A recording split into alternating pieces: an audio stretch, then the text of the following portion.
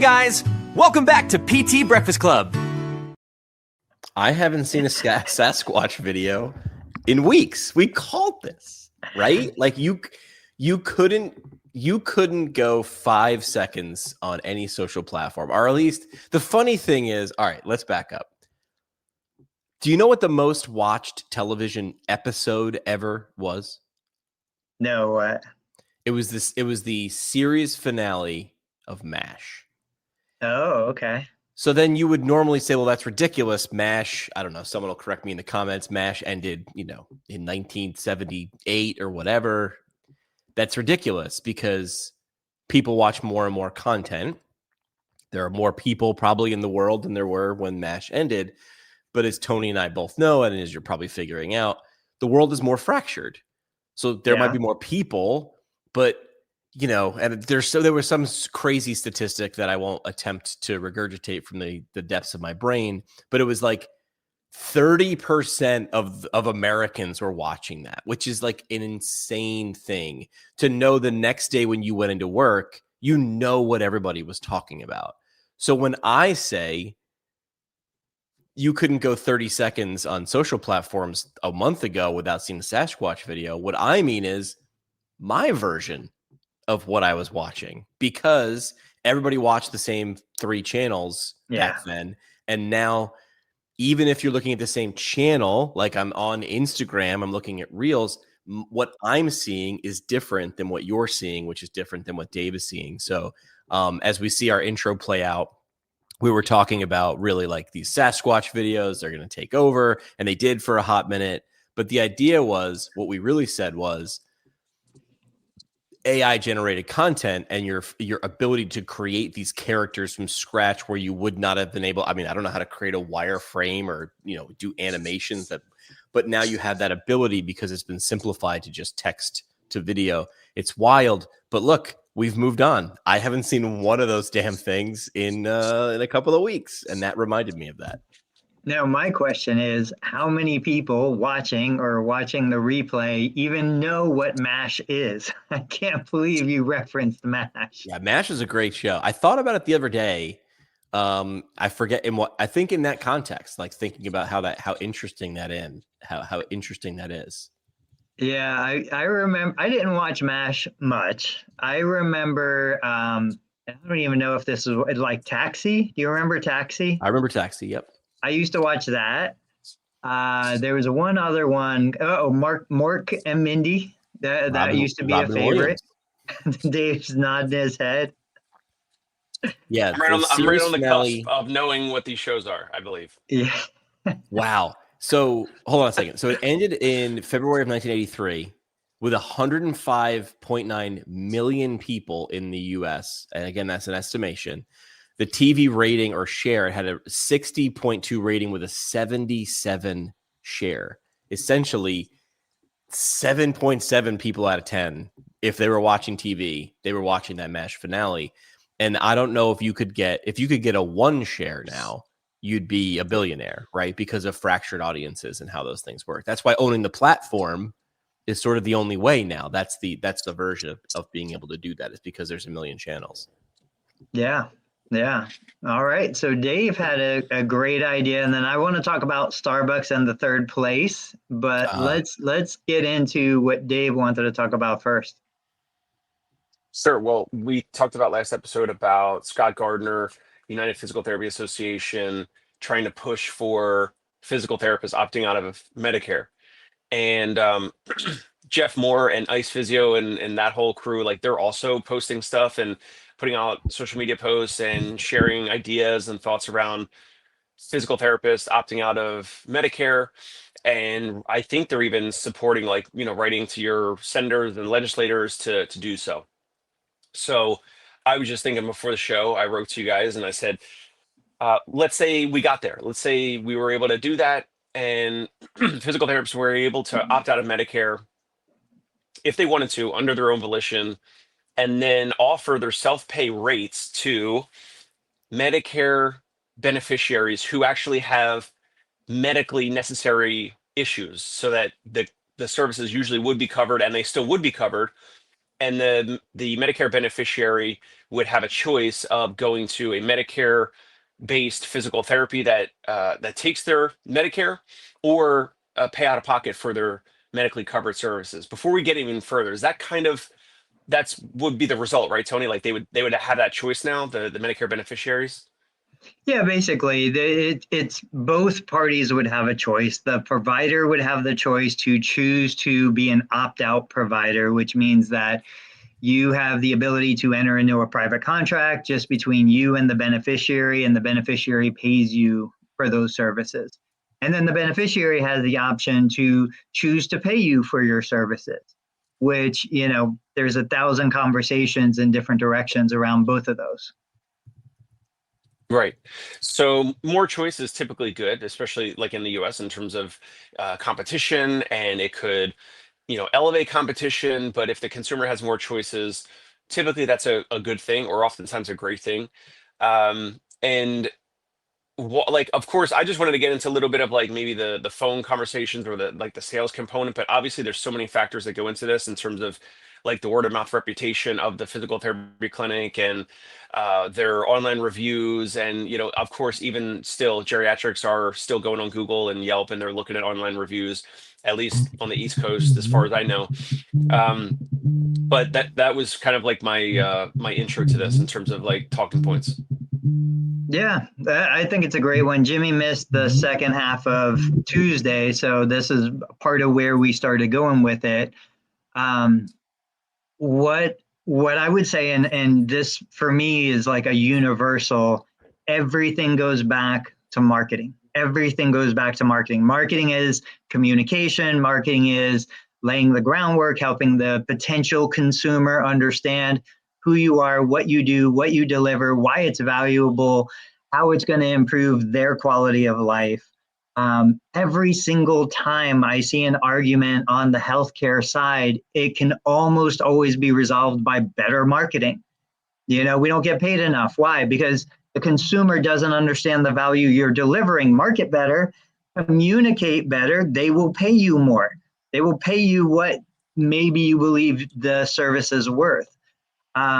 So to your point, what makes the difference between a Medicare beneficiary saying, I already paid into the system, I've already had money taken out of my paycheck for 40 years, and now I have a chance to use the benefit that I've been paying for, I don't want to pay out of pocket. Okay, that's totally fine. Like, the system is there to accommodate that person. But there's also the person who is like, I want something better. I don't want minimum standard of care. I don't want, and to me, this is really where the system should be. If I'm a new grad, I just don't have the experience. No matter how smart I am, how great the school was, no matter how much effort I put in, I don't have the experience of a 10, 20-year veteran who's done advanced education, who's gone to, work with mentors, who's seen thousands of cases. So I think the conventional third-party payer system should be designed to allow new grads to gain work experience while getting paid on the job. Once you meet a minimum threshold and you're ready to move beyond that as a professional, and you can communicate that value through text, through video, through audio, through whatever, photos, then you should move out of that system, charge more, and help a different group of clientele. Oh, a couple things. I love that. So yes, communicating it is one of the big challenges because we weren't taught it in school. And historically, the owners that have been in business for more than 10 years, they were taking all the in-network insurances that especially were taking Medicare Part B. They never had to do this, right? So that's, I think that's also part of the problem. They never had to convey value verbally. They didn't care about, now I think more practice owners are caring about racking up Google reviews, maybe not you, but like others in general, like are caring about the online footprint and videos that you're also doing. But 5, 8, 10, 15 years ago, these owners didn't have to do that. There was no sales process that was needed. There was no sales process in place because it wasn't needed. And it was just like, are we convenient enough?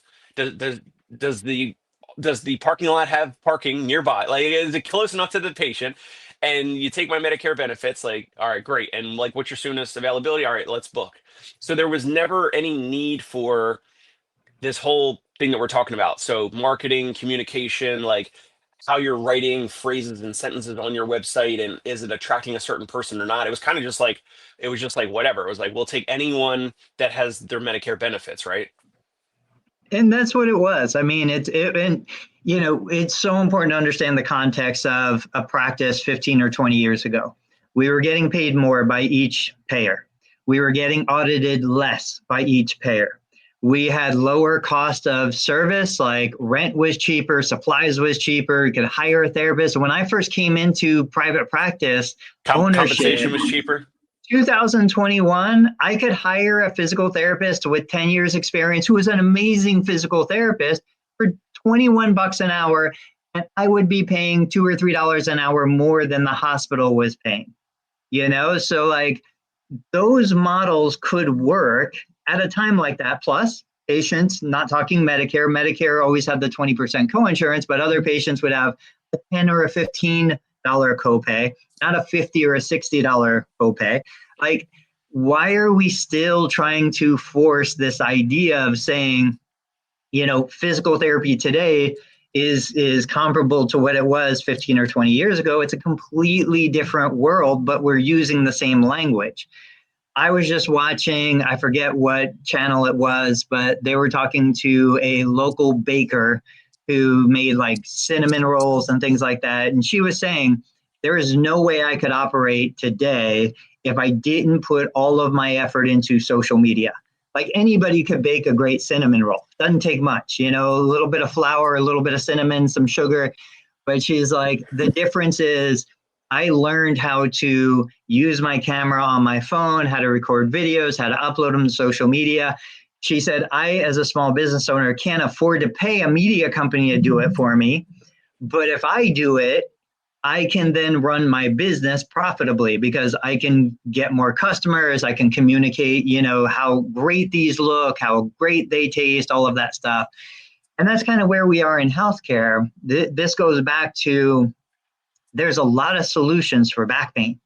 Many of them are more attractive to the general consumer than losing weight, exercising, changing lifestyle, going through, you know, all of the things that we want our clients to go through. It's not very appealing.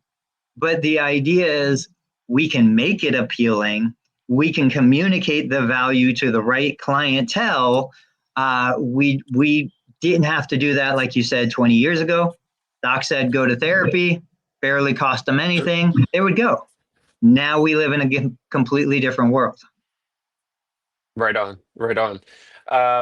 So you want to get a little bit deeper into the things. I mean, my thought is I would maybe review with you guys like things I've said recently on phone calls with Medicare beneficiaries. Now we haven't been able to fully across the nation opt out, right? So these are like when I do the phone screen, I get a sense of what's going on with this Medicare beneficiary. We don't take Medicare, we don't bill it. I have to go through a phone screen, and most of the time, as I've talked about before, most of the time, they don't have issues with dressing, bathing, personal hygiene, all the vital ADLs. And they want to, you know, they want to go from walking 2 to 3 blocks to walking 10 or 15 blocks, or they just said, oh, I just got back from a cruise, or we just got back from Europe, and like they're like functional, like well beyond most likely the Medicare guidelines of like function and impairment and all that. So anyway, I have some like phrases and things that I've been using. But even before getting into that, like what's so funny to me is like when I do some of these phone calls, it's almost like a little bit of a, I don't want to say like a magic show, but like someone's calling around and they're either they have like if a Medicare beneficiary is calling around, they're looking to use their Medicare benefits most of the time, 50 to 75% of the time, even when they call us. There's of course, you know, maybe 25-ish to 50% of the time, depending on call volume, where a Medicare beneficiary is speaking to our answering service that records the phone call and I can listen to it. And they'll say something like, I have Medicare, but if you don't take Medicare, how much is it out of pocket? Like that's obviously my style of ideal client. That's an easy sell for me. Like I already know that that person's probably going to convert because they already are in tune with the possibility of paying out of pocket. What's fascinating to me as an observation is when the other type of Medicare beneficiary is calling around, they're calling around and they might land on us. Maybe they were trying to call Fox Rehab, they were calling other places and they call us. And then when I do or someone on my team does the callback, obviously we don't take Medicare and we have to convey that, but they had no idea. Might not have any idea that there's any practices ever that don't take Medicare. So we're doing these callbacks and it's almost like a little bit of surprise sometimes. Like they don't understand like why are you guys not taking Medicare? So that goes into like not even like an explanation, but it's like here's why we're different. Here's why it's this price. Here's why we're out of pocket. Some of the Medicare beneficiaries will ask like, wow, that sounds expensive. Like, is that like the top end of the market? We just had someone like a week or two say that. Is that price? Is that 350 per visit? Is that like the highest in New York City? And I don't advise this, but I'm still doing this where I do calls like I'll do a call back Friday, Saturday night because I want to differentiate. And this woman was speaking to me, and I said, "Yeah, I think we're close to the top end of the New York City market. But also, if you call 5 or 10 physical therapy practices that take Medicare right now, I'm going to be the only one on the phone with you because it's Saturday night at 8 p.m." You know what I mean? So anyway, those are just some of the highlights of like my thoughts going through when someone's calling in. They may have no idea that we're even charged out of pocket and that we don't take their Medicare. And it's just interesting to see the dynamic of like the clusters of signals, like if they're going to be the right fit or not, if they've seen our online reviews or website or not, and who's truly just trying to use their Medicare benefits. And that's totally fine. That's of course totally 100% fine. Who's focused more on that? But we're looking for a client that's focused on like the experience, the result, and just like a totally different experience. So anyway. So I was listening to Alex Hermosi yesterday say they produce about 450 pieces of content a week, I think it was, across their platforms. And so when I think about your situation as an example, the fact that you're still getting calls from people who don't know who you are, what you do, like and I used to say this all the time, we see all the PT gurus out there saying, how do you answer, do you take my insurance? If you're getting the call, do you take my insurance? It's a marketing problem. Once again, like that person has no context for who you are and what you do. Nobody walks into a Mercedes dealership, BMW dealership, asking if they sell a, $27,000 Honda. Like you go because this is BMW, this is Tiffany's, this is Ruth's Chris. Like you go because you know what you are getting into. And I would say it's the same for us. If we're having the conversation about insurance and why you don't and do you, we lost that battle. We're talking to the wrong people. We don't want to talk to the person who's more focused on how much it's going to cost versus what it's going to do. We need to get to the person who's more focused on what is this going to do? Okay, how much does it cost? And nobody at any level of wealth is like, I want to be taken advantage of. I want to spend more than I need to. Even the wealthiest among us, they will still borrow money against their assets just so they don't have to pay taxes and they can, allow those assets to continue to grow. Like everybody understands finance. We're not tricking anybody. We're not taking advantage of anybody. So I would go back to when a person comes to me. Now, again, full disclosure, I am not a cash-based provider. I don't do self-pay services. That's not the business model that I want or that I've built. But there was a time that I did. But when they come to me, I want them coming basically already being convinced. You are the person. I've known you. I've watched 20, 30, 40 of your videos. I love what you say. I love how you say it. I love the ideas that you're sharing. I don't care how much it's going to cost. This is what I need.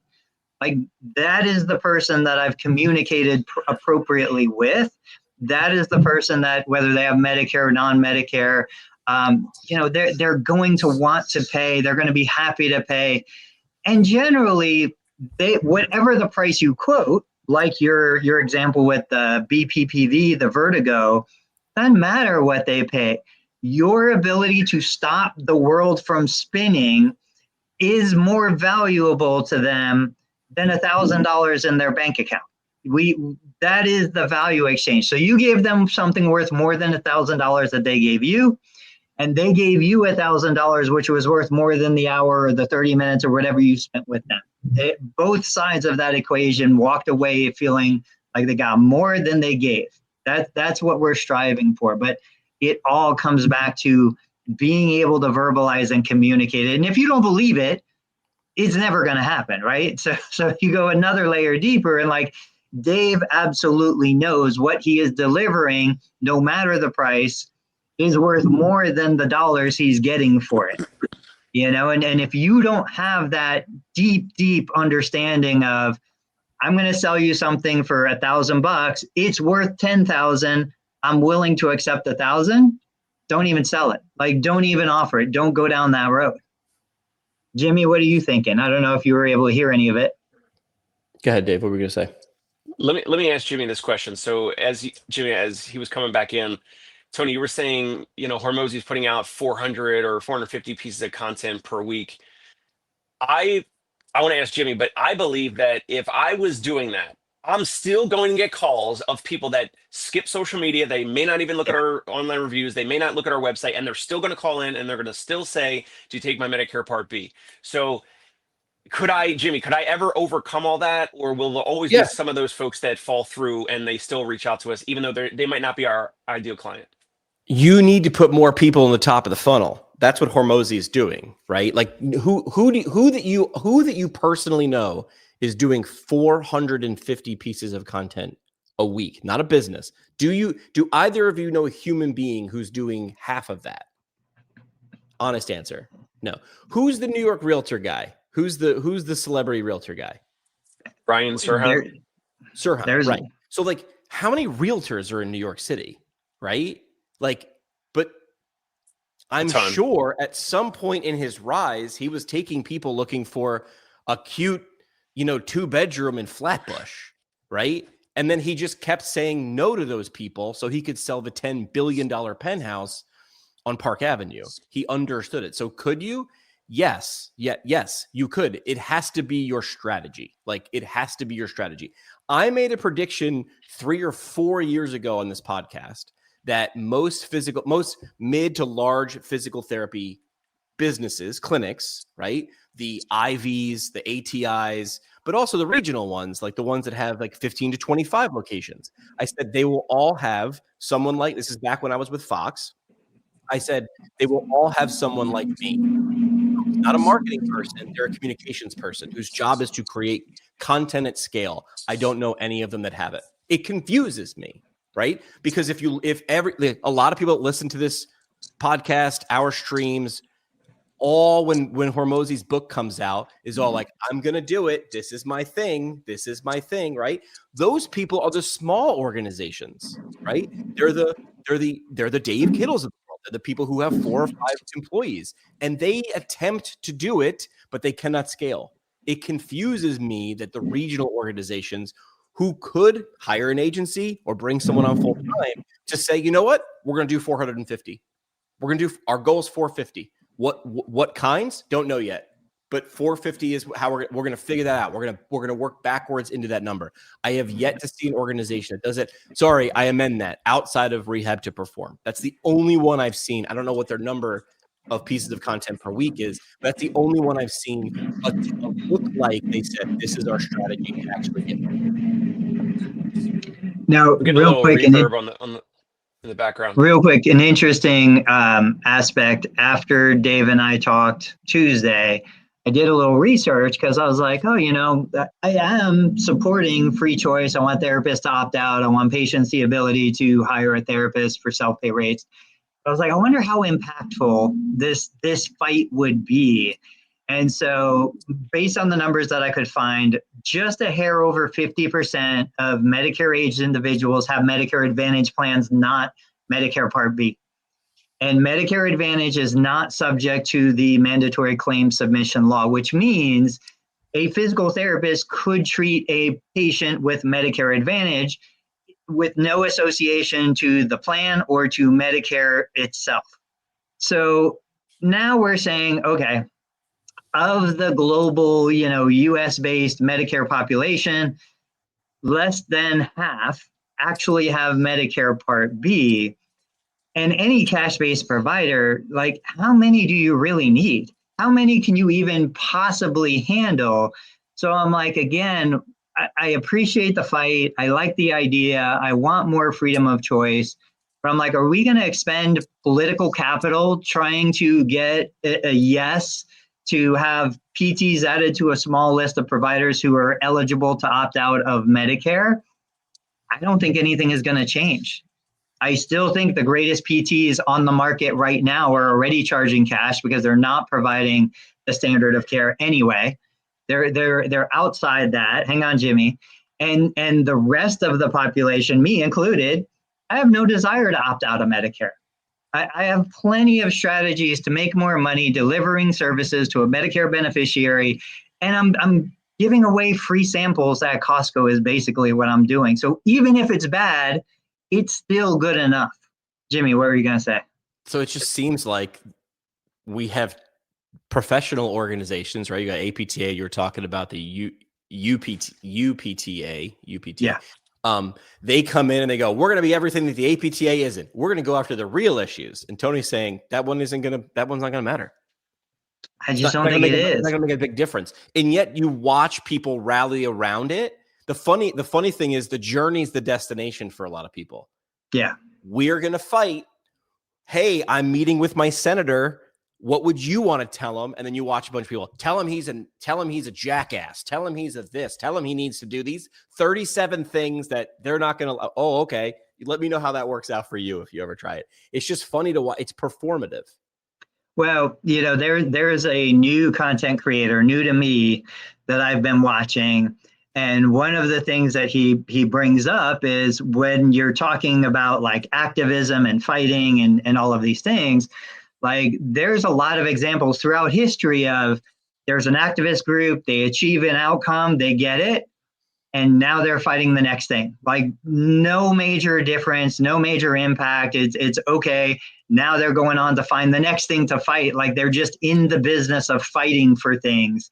But it doesn't even matter when they win the fight, because then there's a new fight and another fight and a fight after that. They're not fundamentally changing any of the structural problems that were going on before. Right. Somebody, because I worked with a lot of nonprofit organizations. I wasn't working for a nonprofit. I worked with them. And somebody said, well, yeah, man, in the history of our nonprofit idea, only one has ever achieved their goal. I said, which one? They said, March of Dimes cured polio, moved. And then essentially we're just like, all right, we really don't know what to do now. So we'll do other stuff. We'll work for kids.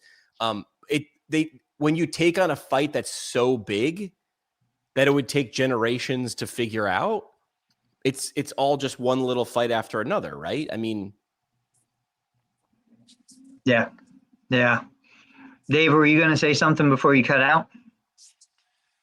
No, I mean, just I think that's part of the consideration. Tony mentioning like if this were successful, then of course there's going to be another fight and another fight. And yes, it kind of comes down to like the pre-existing challenges with insurance or the third party payer system.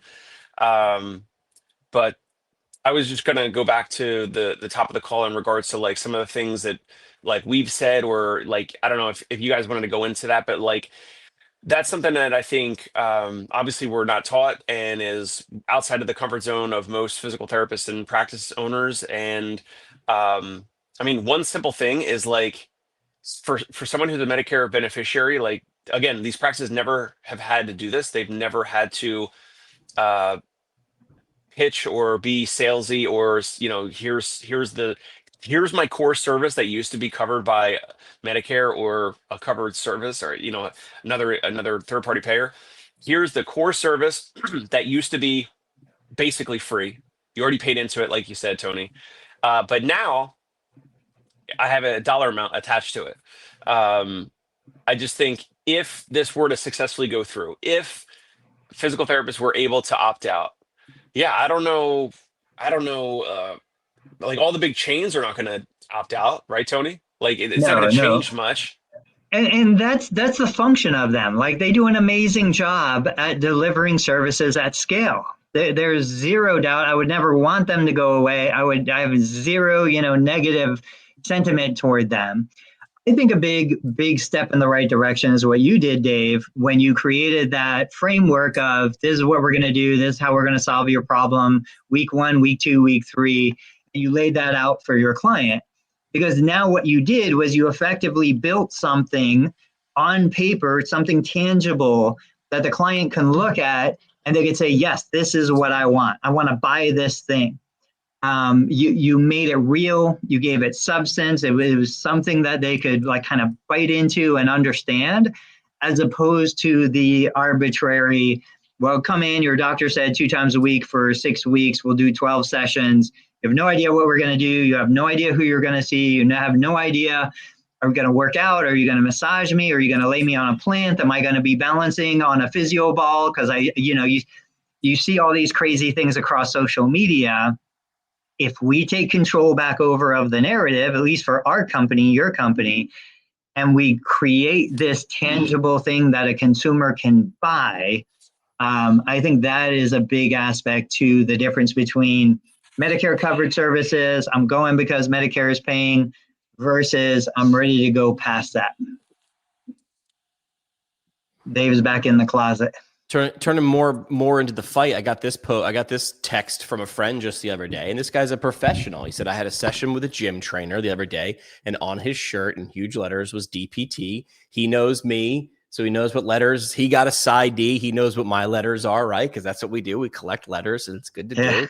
And I just said, this is last night. We were talking about this a year ago. And I said, yeah, there's been lawsuits and stuff like that. They're doing it on purpose. Not a whole lot of physical therapists can do other than sue. And he just goes, it sucks. I feel like they're misrepresenting their skill set. This is a guy who was going for an outcome. He was expecting a trainer, and he was seeing this and going, hang on a second. He knows the deal. And he's like, but you're not that. Why are you saying everybody here might think that you're that? And that was the big fight. That was the Rage Against the Machine a year ago. Where'd that go? And even if it did, what would it, all the time, effort, and money, especially the money, what could you have done if you poured that into something else? Here's the thing. This is why I'm changing what I'm doing in the profession. This is why you might have noticed I do a whole lot less of everything I did. This month is 10 years of this podcast. Of my podcast, you would have thought I would be doing like some big campaign. I'm exhausted. Here's why: because I listen to people like Dave and I've listened to people like Tony, and here's what I've come up with. They don't want the solution I have. The thing that I like to do, and I think I do well, doesn't get the results for the people who want it because they want it, but they don't commit. I've worked for large organizations. I get hired. I talk myself into a job. And then I lay out the plan and they go, that's it's too much effort. I was like, but, and then I heard a great line. This is a great line. Dave, this is a line for you. When someone says accountability, follow through. What do you got? When someone says it's too expensive, you put your papers down. You're like, I am very sorry. I appear to have overestimated how important it was for you to solve this problem. That was a Chris Do line. This website's going to be $15,000. $15,000. I got a buddy who can do it for buddy's son who can do it for $1,500. You stop. I have appeared to have overestimated how important it was for you to solve this problem well. You can have a website, or you can solve. What does your website solve? It gets the right people, the right message, and filters the right people out. That's one function of your website. So anyway, long story long is, I'm exhausted, man. People, what do we want? Change. When do we want it? Now. What are we willing to do to get it? Yell. All right. I'm done yelling. Like, I'm done. I'm out. It's too exhausting. I come back 10 years from now, we're going to have the same problems, right? Well, because it's just easier to argue and fight and go back and forth. I've shared posts before, and it took me a long time to come to this realization. The easiest thing for me to do is come out, announce to the world that I'm going to revolutionize physical therapy, that I'm going to build, a $1 billion physical therapy practice, big goals, big aspirations, big ideas. Why is that so easy for somebody? Because you're expected to fail. When you fail, you're the hero. There's zero expectation that somebody in private practice is going to do that. But you get all of the joy, all of the dopamine, all of the excitement of making these huge claims. And like I said, when you fail, it's the expected outcome. Now, the hard thing to do is say, you know what, I'm going to build a sustainable business that gives me the lifestyle I want for my family, that's completely achievable, that I've seen other people do already. That has real impact, because now when I fail, there's an expectation for me to succeed. So you pick these big fights, you fight windmills, you do these things, like, who cares? There's no real accountability in something like that. But you set a goal that's actually achievable, and now you are expected to achieve it. I say I'm going to run a marathon. I probably should. I probably could. Like, then when I find myself sitting on the couch, watching the game, I feel like a loser. That is terrible. So that's some of this. I feel like, we're going to go fight Congress, and we're going to do all these things. Okay, we expect you to fail. Everybody else has always failed. When you fail, you're still the hero because you were fighting for us. I don't think it matters. I don't think that's a reasonable expectation. It's performative, like I said, right? Like, not to knock politicians, but their game, their goal, their job is getting the job and keeping the job. A million times. And then every once in a while, do as many things that are low lift, high visibility as you can. Like you can't knock them. Like, don't hate the player, hate the game. Like, I'm very sorry, but that is the game. How could you change that? You have to fundamentally change the system. Somebody brought up Rome, and they were like, the Senate was randomly picked from the population. They served for 2 years and could never serve again. So they knew day one, 2 years from that day, they were going to be back in the fields or back in the market. So they better make decisions for the people. That's the only way to do it, right? You have to change the system. We are, as healthcare professionals, as physical therapists, we are beholden to the system.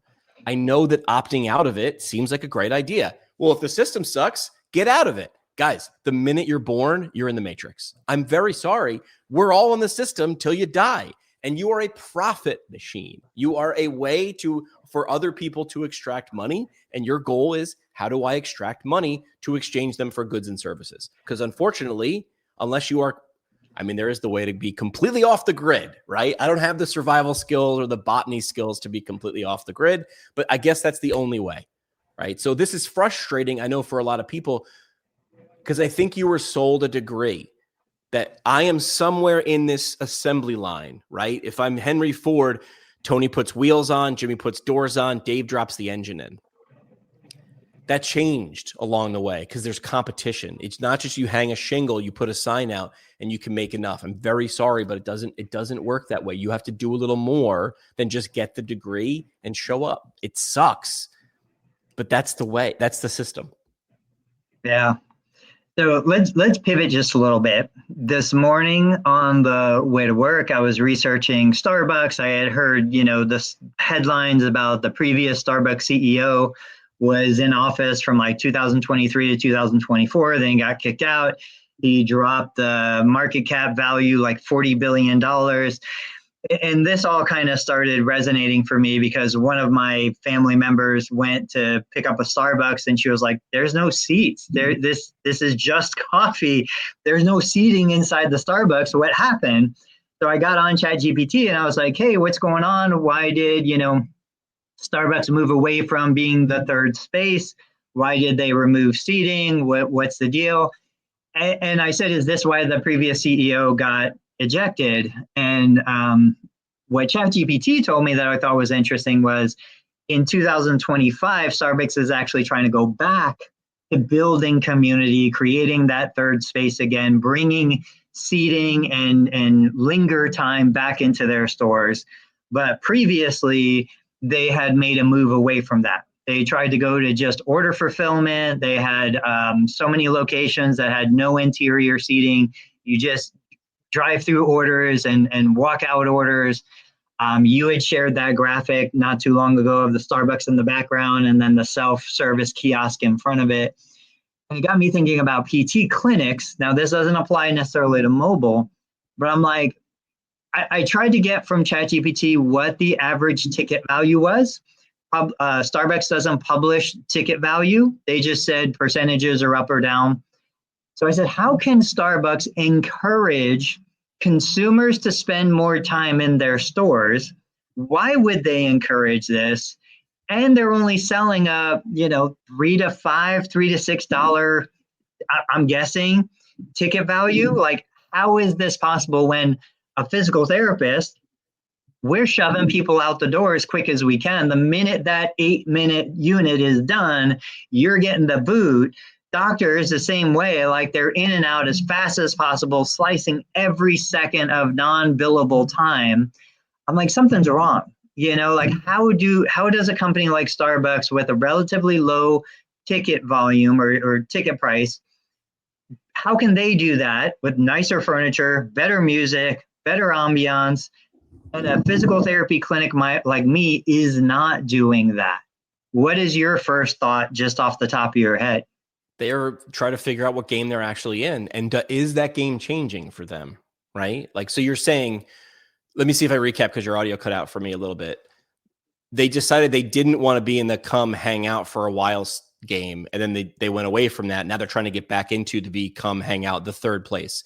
So, and just to recap, the third place is a place that your first place is home. Your second place is work.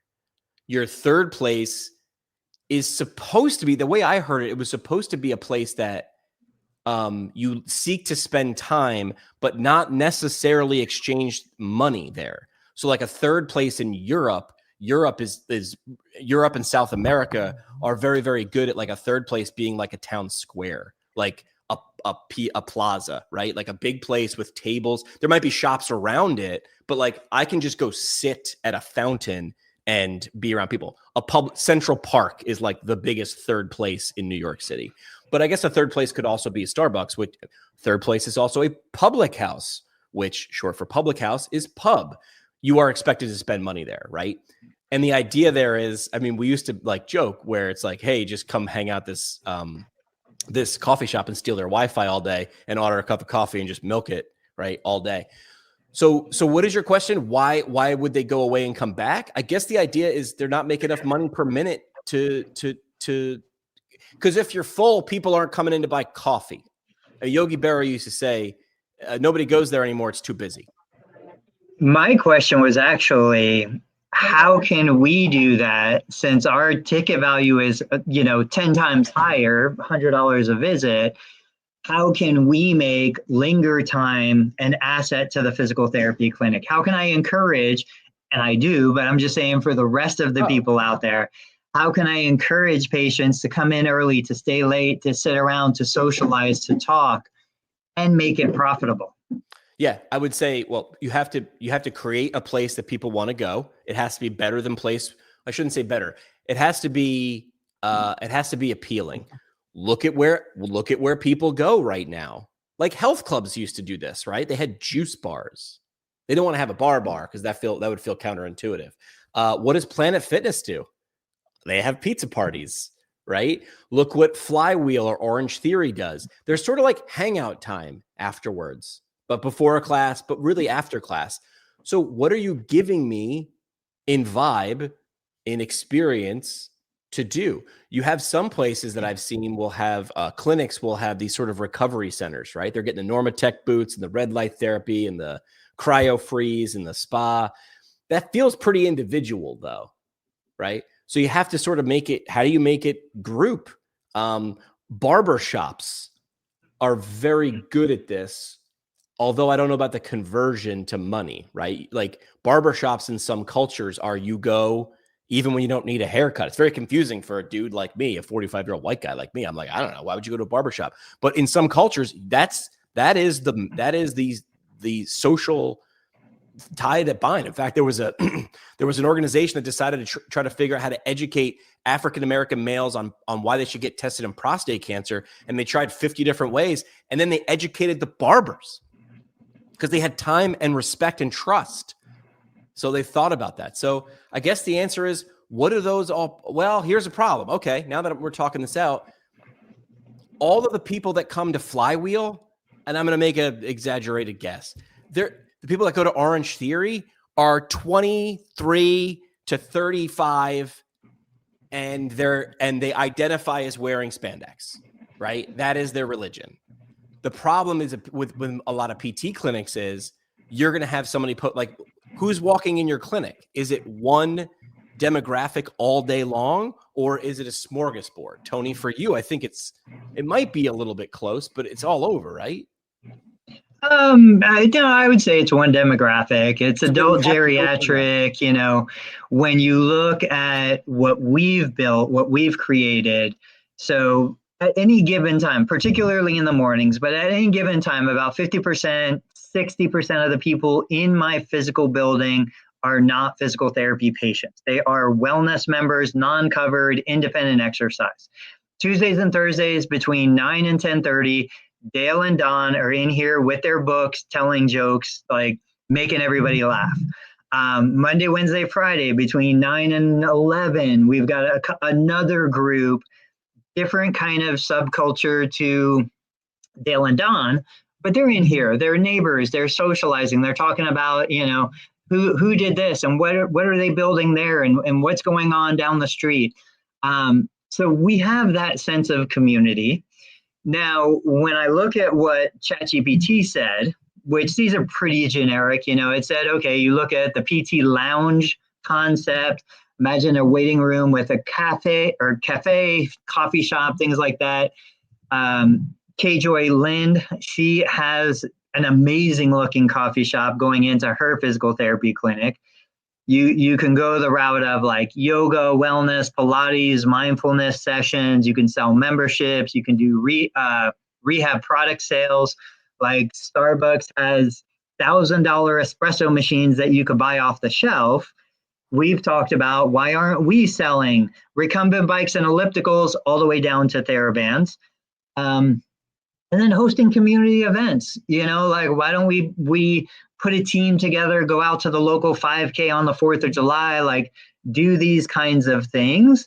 I don't know about you. You've worked in a variety of settings. I know a lot of therapists, they hate continuity.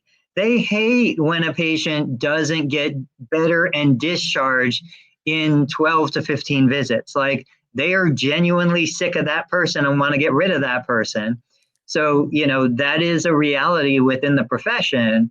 But I do think we have that opportunity there to say, hey, look, somebody just posted, I don't remember who it was, like we could be the primary socialization vehicle for a lot of geriatrics that are living alone. Or I can tell you right now, I've got 5 people who come in solely for the reason that it gives them a break from taking care of their mom or dad or somebody else in the family. Like this is their mental reprieve from that. What were you going to say? We don't want to do that. We don't want to do that. It's not that we don't want that done. That's a difference. We'd love to have that done, but we don't want to be the ones to do it. And I'm speaking as a profession. I'm making generalizations. Yeah. We be the fixer. And then I want to go, when I close my chart or move my laptop to the next patient, sort of don't want to see anymore because then I got to deal with you, or I have to keep being the provider. I have to keep providing.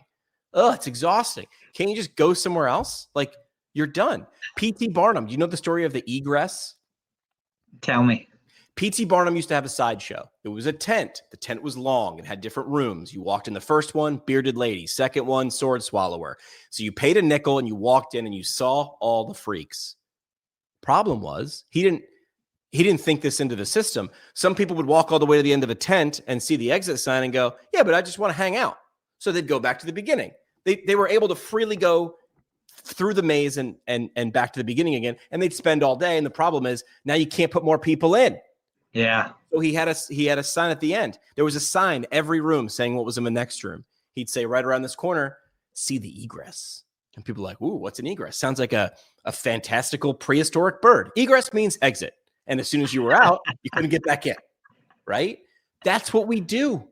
That's what we do. We're done with a patient and we go, see so-and-so at the front desk and she'll make sure you've got your card and everything's paid for and have a great day. We don't want to do it. We would have to fundamentally change our system. We would have to decide that that is actually the business that we're in. And most PTs will not do that.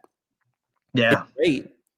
Because who else in healthcare could pull it off? Primary care? Not a chance. That is short. That is pop music. I'll use it in musical terms. Pop music. I'm going to play the same top 40. The reason it's called top 40 is I'm going to play the same 40 songs and they're 2.5 minutes. And I want you listening for 8 minutes and then you're going to leave. But it's going to be so popular.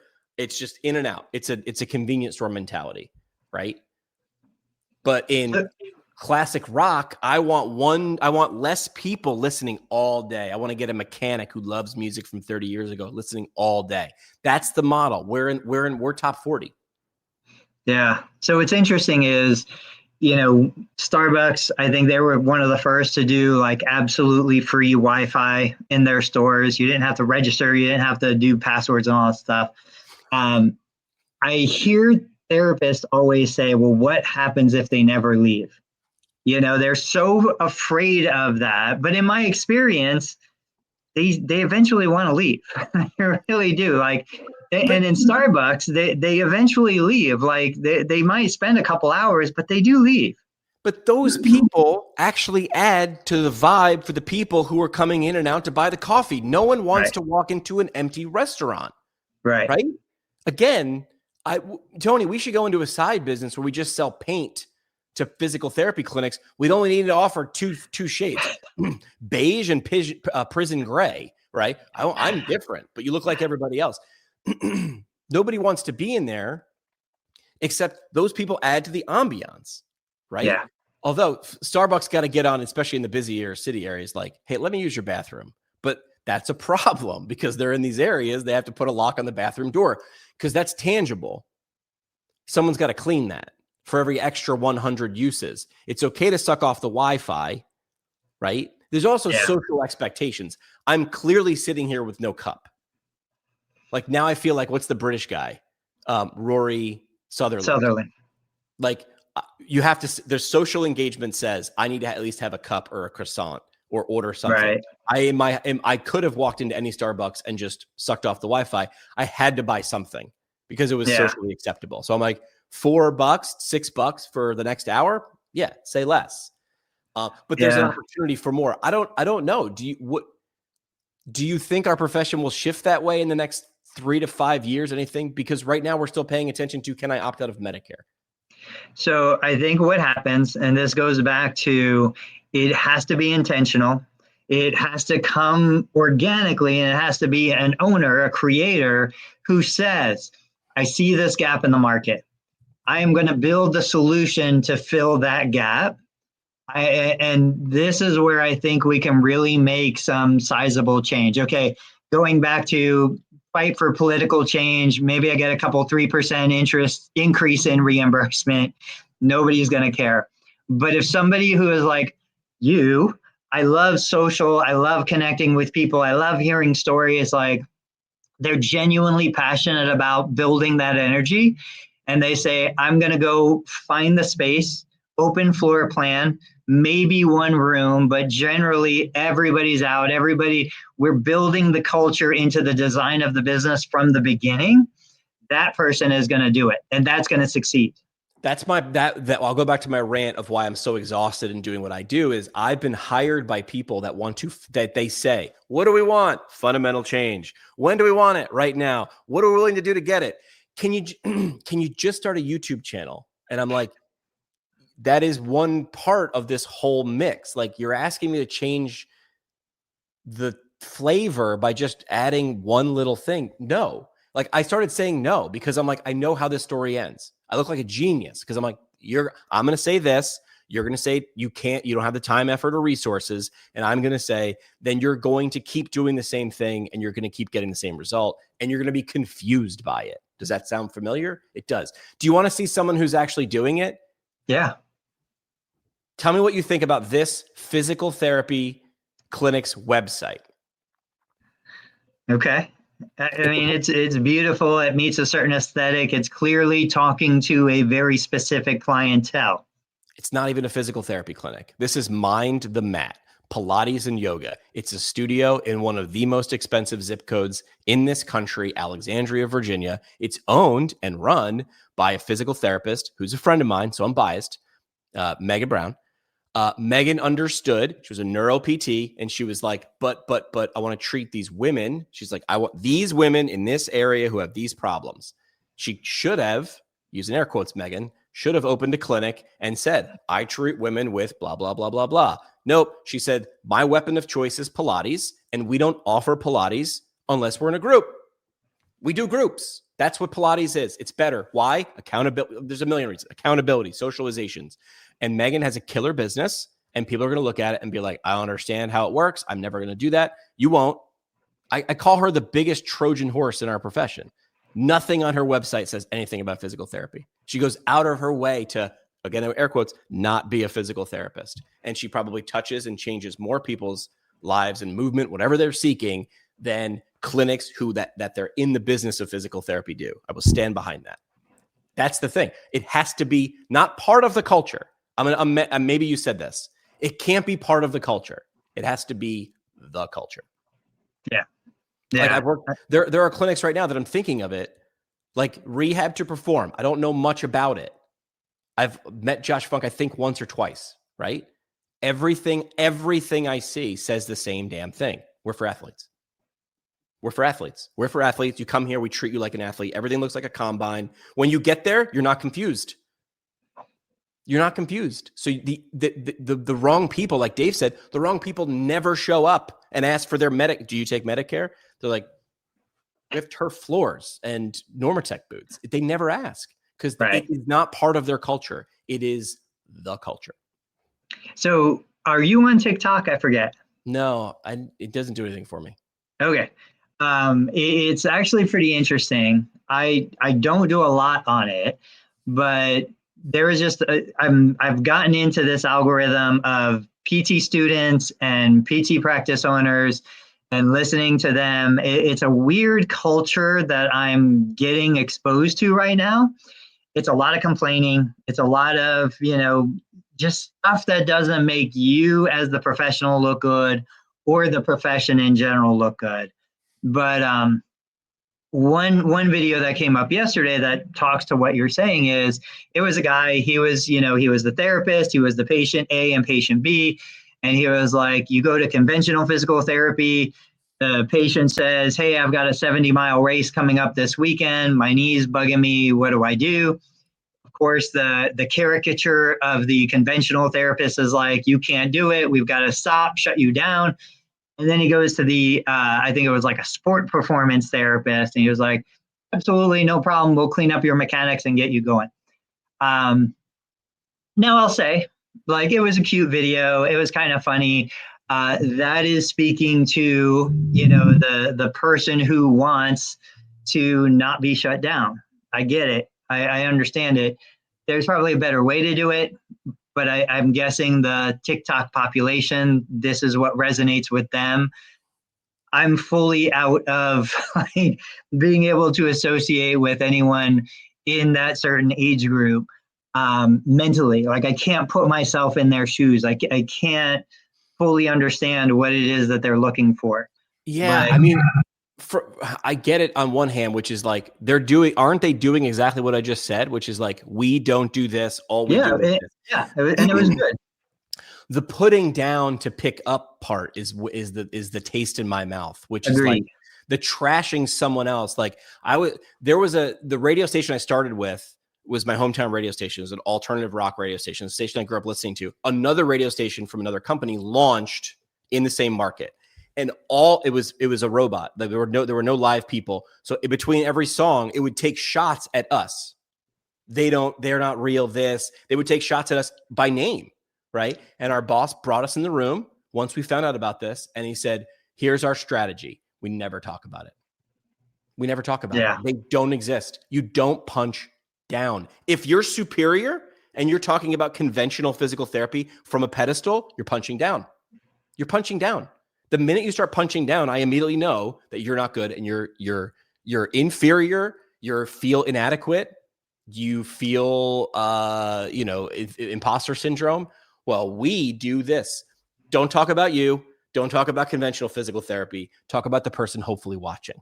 What do you want to do? What do you want to become? What do you strive for? Right? The minute you're talking about the other guy, don't date him because he's this. The girl's just going like, you're not talking about me at all.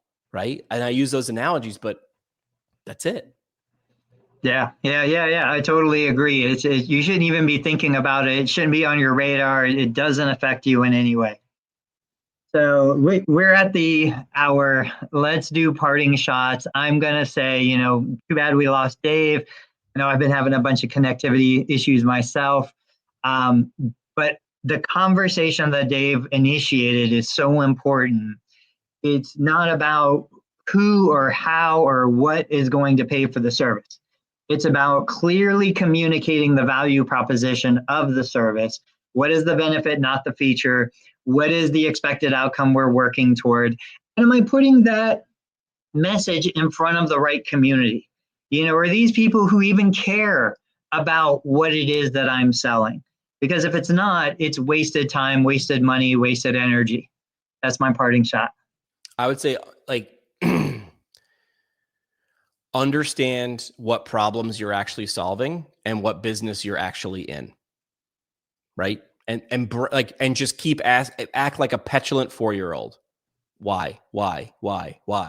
Until you get to the frustrated thing where you just blurt out, it can't be because it's this at its most basic element. Because as fancy as you think you are, the person doesn't understand that you're trying to sell this to. Act as if they are not dumb, but they just don't understand. Help them understand. It's your job, and don't punch down. We'll be back on Tuesday. Enjoy your weekend. Make sure you follow Learn Medicare Billing, the Dave Kittle Show, PT Pinecast. I will say at least once, celebrating a decade. I didn't think this thing would. It was supposed to be 6 episodes. It was supposed to be a 6-pack, so it wasn't supposed to be 10 episodes. Never mind 10 years. So it's very next week. We should talk about lessons learned and how it has changed from where it originally started. It's bookmark that for Tuesday. Yeah, we'll talk about that. It's been a wild ride. And we'll make sure we leave on a really, really great. Hi, my name is Karen, and welcome to the PT Breakfast Club podcast.